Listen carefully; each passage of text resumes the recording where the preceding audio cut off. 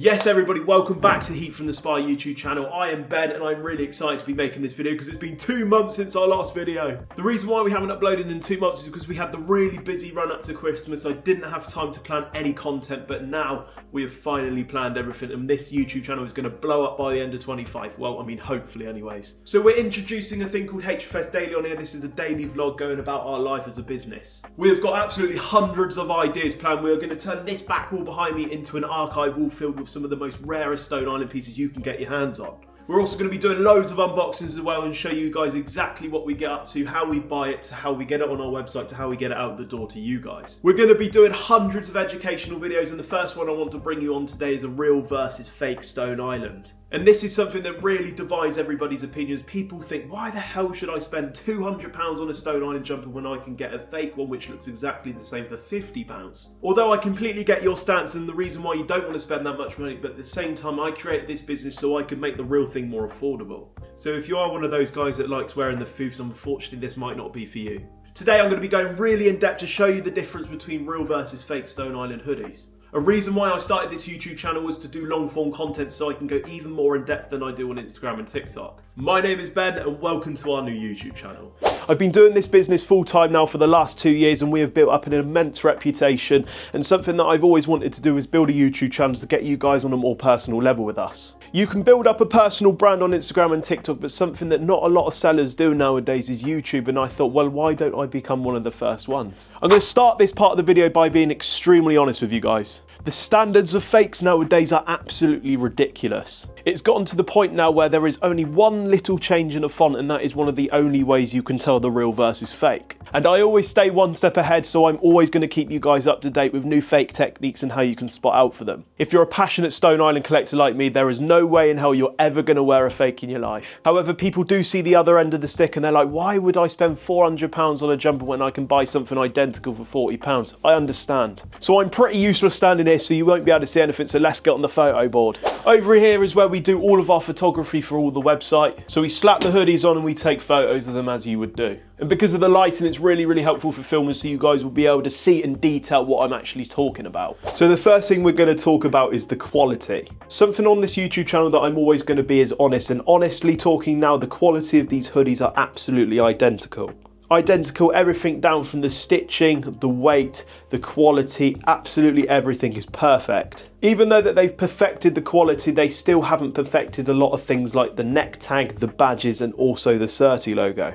The first thing that we're going to dive into today is the neck tags. And I really want you to ignore the way that these are stitched in, because these two ways are completely normal. These here are two different season hoodies and both follow different seasons, and different seasons have different ways of stitching the neck tag in. But what we're really focusing on is the actual neck tag itself. I haven't actually told you yet which one's the real and which one is the fake hoodie. From an unexperienced eye, you're probably going to guess it out of luck. Whereas if you have an experienced eye, you're probably looking at a few differences as I speak. So now I'm going to admit to you the top one is the fake hoodie and the real one is the bottom one. All of these ways I'm showing you today is my own personal experience of how I spot fakes. And if you do have any other telltales, then please do let me know in the comments. The first thing we're going to look at on the fake neck tag is the border going all the way around. That's something I've always noted on these fakes and something that the real neck tag doesn't have. If you have a look at the real neck tag, you can see there's not a stitching border going around it. This is awfully subtle, but it's something that I've always noted even on newer season pieces. I just want to let you guys know now that this video applies to pieces from late 2013 to autumn winter 2021. This is because before late 2013 they didn't even have a Certilogo.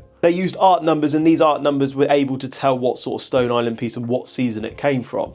There was no system in place to tell the difference between real versus fake Stone Island like Certilogo. Certilogo was bought in to counterfeit all the fakes that were coming onto the market. Buyers could put their trust into what they were buying and be able to scan the Certilogo, and it was meant to come up as real or fake. However, they did change the Certilogo to something like this in 2021. This was because the fakes of the old Certilogo were getting so good and they were probably getting a little bit worried, so they changed it. So if you do have a newer season piece, this video won't be for you, but I'll make one later on down the line, so do not worry about that at all. One of the biggest telltales on the neck tag is actually having a look at the back of it. Every single real one, and this doesn't matter what season it is, should have distress stitching on the back where there's some loose stitching that you can run your thumb over and it starts moving a bit.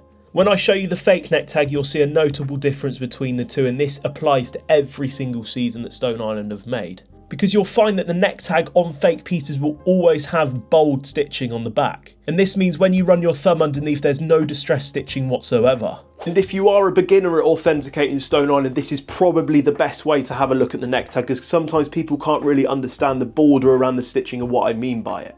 So if your neck tag has distress stitching on the back, it's going to be real, and if it has the bold stitching on the back, it is always 100% of the time going to be a fake. Though sometimes the distress stitching on the back is a little bit tough, so sometimes you just have to really run your thumb over it to make sure. So now we're going to move on to the badge itself. I'm not going to spend much time on this at all because you can quite simply take a badge off and swap it over. These badges are detachable, people can lose them, people can get them stolen, and unfortunately people buy these fakes on Marketplace thinking that they're real. So you might end up having a real hoodie with a fake badge on and it will throw a lot of people off. So later on down the line I'm going to make a completely in-depth video of a real versus fake Stone Island badge, but we're really not going to look at it today. I really don't want you guys to think because you have a fake Stone Island badge on a product that it's automatically fake, because as I said, they're removable and it can easily be swapped over. Badges are an absolute pain for sellers like me because we get thousands and thousands of pieces every single year. And we do buy some of our items off the marketplaces, we do buy them from our clients, and sometimes maybe like 1 in 50 will have a fake badge on it. And that is really, really frustrating because it's really hard to buy a replacement real Stone Island badge. So if you lose your Stone Island badge, please make sure you buy a real one. But Ben, how do I know what a real Stone Island badge is? Because you're going to subscribe to my channel right now, because we're going to make a video on it very, very soon. So if you haven't subscribed already, make sure you do. And the last thing we're going to look at today is the Certilogo itself. And I just want to give Stone Island a shout out. What a brilliant thing to bring out, because you can just whack this CLG code into certilogo.com and you're able to tell if your Stone Island piece is real. I'm going to bust a few myths for all of you, and I'm going to tell you some things that people think about Certilogo but aren't actually true. The chances of your Stone Island Certilogo scanning as fake when it's actually real is second to none. The only possible way that this can happen is somebody getting hold of the piece that was actually replicated in the first place. So in other words, somebody that's got the clone Certilogo that they used on other pieces. Which, can I say, is extremely rare, by the way, so I don't want you guys to start worrying about having replicated Certilogos, because they don't even do it anymore. There was a company called Topstone, and these guys tried to replicate Certilogos to try and scan as legit, but they said that they wasn't going to do it anymore, so you don't actually have to worry about that. Something else I really want to note about these Certilogos is that somebody can stitch a real one into a fake one, so you've got to be really careful of that, but again, that's a whole new other video. So let's actually get onto these two hoodies and talk about what we know. Over the years, they have managed to replicate the Certilogos very, very well.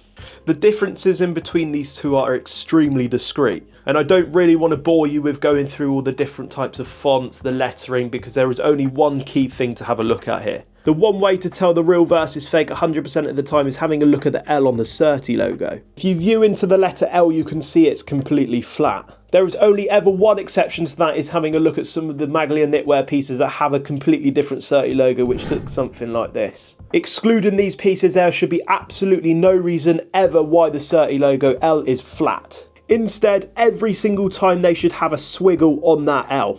And for some reason, these counterfeit companies could never master that at all. I can already hear you guys shouting down the phone and saying, why don't you just scan the Certilogo because you said it works? Yeah, that's great, and that's why Certilogo is so amazing, but what if the Certilogo was actually cut out of the piece? And this is something that's awfully common these days because the distribution rights for smaller companies is a lot harder than it used to be. So people will cut out their Certilogo for that reason, or also will cut it out for the reason it being fake. My advice is, if you want to easily sell your item later down the line, just don't buy anything with a cut Certilogo, because it makes it pretty hard to authenticate unless you know what you're talking about. So realistically, I would say if you're getting into collecting, you want to buy pieces, just buy something that always have a Certilogo. But as I said, they only introduced us in 2013, so anything before that won't have one of these. We're going to be covering authentication videos on every single era to make sure you guys know what to look out for. But as I said, this video only applies to late 2013 to autumn winter 21. If you are going to buy cut Certilogo, just make sure you note down what we talked about earlier on in the video, and the authentication becomes a lot easier.